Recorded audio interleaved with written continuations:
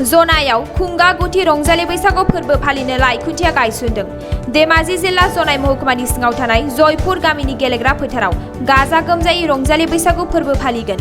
जनाय दखरा दुलाराय बर' फरायसा आफाद, जनाय दखरा दुलाराय आइजो अनसाय आफाद, जनाय दखरा खौसेथि बर' सुबुं आफाद जथायै 7 आरो 8 मे साननैनि हाबाफारि लानानै जयपुर गामिनि गेलेग्रा फोथाराव गाजा गोमजायै रंजालि बैसागु फोरबो खुंफुंगोन। बेखौनो लानानै दिनै लाइखुन्थिया गायसनदों। दिनैनि बे लाइखुन्थिया गायसननाय हाबाफारियावनो गाहाय आलासि महरै बाहागो लाफैदों टेट बर्डनि भाइस चेयारमेन आलारि सोरां बसुमतारिया। लोगोसे जनाय दखरा खौसेथि बर' सुबुं आफादनि आफादगिरि लहित गोरा बसुमतारि, जनाय दखरा दुलाराय बर' फरायसा आफादनि आफादगिरि मोजां गसाइ नार्जारि, लेङाइ आफादगिरि सत्यजित बसुमतारि, लोगोसे गुबुन गुबुन बिबानाव थानाय सुबुंफोराबो बे हाबाफारियाव बाहागो लानानै हाबाफारिखौ जाफुंसार जाहोयो। गिबियावनो नोंथांमोननि जा मिडियानि सिमांनि अननाय खुलुमनाय सिबिनायखौ बावहरग्रोबाय आरो नोंथांमोनखौ लोगोसेनो साबायखर बावबाय। दा दिनै जोंनि दुलाराय जनाय दखरा बर' फरायसा आफाद बिथांमोननि बानजायनायाव खुंगा गुथि रंजालि बैसागो फोरबो लोगोसेनो माहारियारि आफादफोर बे आफादफोरनि बानजायनायाव दिनैहाय बाहाय गाहाय खुन्था गायसनजानाय जादों। बे गाहाय खुन्था गायसननायाव आंखौ लिंहरनानै बिथांमोना बिबान होनायलाय आं बिथांमोननिसिम गिबियावनो गाहाम हामलायनायखौ जासिनानै बावहरग्रोनाय थाबाय।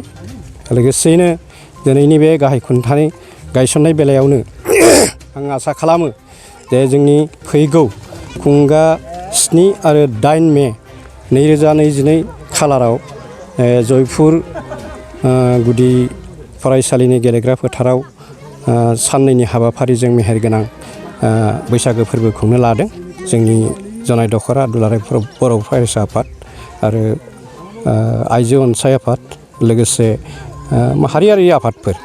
दा बिथांमोननि जानिखि नोजोर, बिथांमोननि जानिखि साननाय, बे साननायफोरा जाफुंथों आं बेखौनो आसा खालामदों। लोगोसेयैनो जोंनि बर' माहारिनि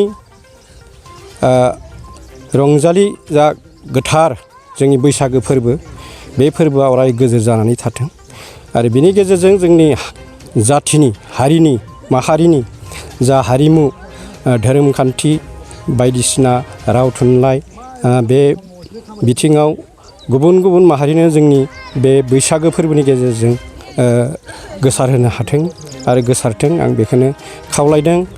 जाहाथे गुबुन माहारिफोराबो जोंनि बे आब्रुथि गोनां बैसागो फोरबो फालिनायाव सानलायनानै जे जोंनि बर' हारिनि कालसार, बे कालसारखौ बिथांमोना माबायदि जों सिबिनाय जादों, माबायदि मादों बेखौ जों जोंनि रंजालि बैसागो फोरबोनि गेजेरजों जोङो फोस्रावनो नागिरदों आरो दिन्थिफुंनो नागिरदों। बे समाव जोंहा दिनैहाय गोथारै बिफा लानानै जा इसोरनि सेराव आर'ज गाबदों, बे आर'ज गाबनाया जाफुंसारथों। जाहाथे इसोरा बे रंजालि फोरबो बैसागो खुंफुंनाय समाव अरायबो जोंनि बे जनाय दखरा दुलाराय बर' फरायसा आफाद आरो माहारि आफादनि बानजायनायाव जाफुंसारथों। बेखौनो आङो सुंद'यै बुंथिनानै आंनि बिबुंथिखौ एसेयावनो फोजोबबाय। गोजोन्थों। बेवहाय बड'लेण्ड बुब्लिनि जानानै नोंथांमोनखौ बरायबाय। जोङो फैगौ 7 आरो 8 जिथु जोंनि आरसि कमिटिया गोख्रों हिसाबै जोङो दा खामानिखौ आगबारायबाय थादों। दा दिनै जोङो गासिबो हालामनि दैदेनगिरिफोरखौ लानानै जों जिथु आगबारायदों, जोंहा गोबां जोंहा माबाबाय, आगबारायनाया जाजोबखाबाय। दा जोंहा माथ्र फैगोन 7 आरो 8 आलासि फैयोबा जों बरायनायनि लाहार फाहारखौ लानाय जाबाय आरो जिथुनाखि बेवहाय जनाय हालामनि सिङाव 37टा गामि दं बेयाव। ओमफ्राय नोंथांमोननि दिनै आरसि कमिटिखौ गंबेसे गामिया हेफाजाब खालामदों? दा जोंनि आरसि कमिटियाव जोंहा 35 गामि दङ। बेवहाय जोङो 35 गामिनि बिथोराव 3 गामिया जोंहा बे गाजा गोमजायै खामानिया सोलिबाय दङ आरो मावफुंनो होननानै थांखि लानाय जादों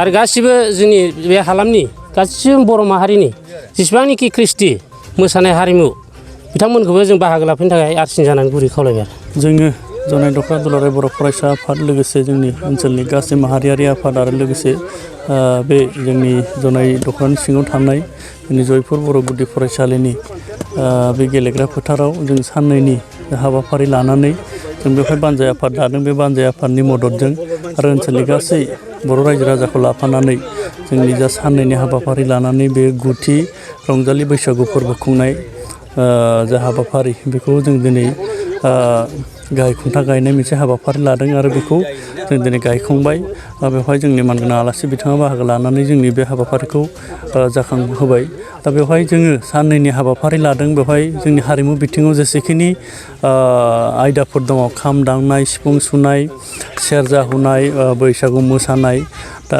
बिहामजो हान्जा गासै बैसागुनि रिलेटेड गासै इभेन्टफोरखौ लानानै जोङो बादायलायनाय लादों दा बेवहाय बादायलायनायखौ जोङो साननैनि हाबाफारियाव लानानै जोङो माखासे जोंनि जा हारिमु बिथिंखौ लाफानानै समाजाव जोङो हारिमु बिथिंखौ जों फोथांना लाखिनो दा बिनि सायाव जोङो आलासि हांख्रायहरदों दा बेखौ जों लाफानानै गुवारै माखासे सावरायलायनाय हाबाफारिबो लादों दा साननैनि हाबाफारिजों खोब जों आसा खालामदों खोब मेहेरगोनां जागोन इसोरा अनगोन जोंखौ बोथोरा खोब मोजां जागोन जों आसा मिजिं थिदों जोङो जनाय हालामनि गासै बर' आइ आफा रायजो राजाखौ जोङो खावलायगोन दा जोंनि जा रंजालि बैसागु फोरबो खुंनाय दा बे फोरबो खुंनाय हाबाफारियाव जाहाथे बयबो लोब लोब बाहागो लाफैनानै जोंनि ओनसोलनि लाइमोन बिथांमोनखौ जोंनि हारिमु बिथिङाव जौगाहोनायनि जा मोनसे थांखि बे थांखिखौ जोङो जाफुंसार होगोन होननानै जों मिजिंथिदों जों आसा खालामदों जोंनि जा साननैनि हाबाफारि खोब मोजां गाजा गोमजायै खुंनो हागोन। बाक्सा सालबारि मुखुमानि सिङाव थानाय रायजो राजा सुबुंफोरनि थाखाय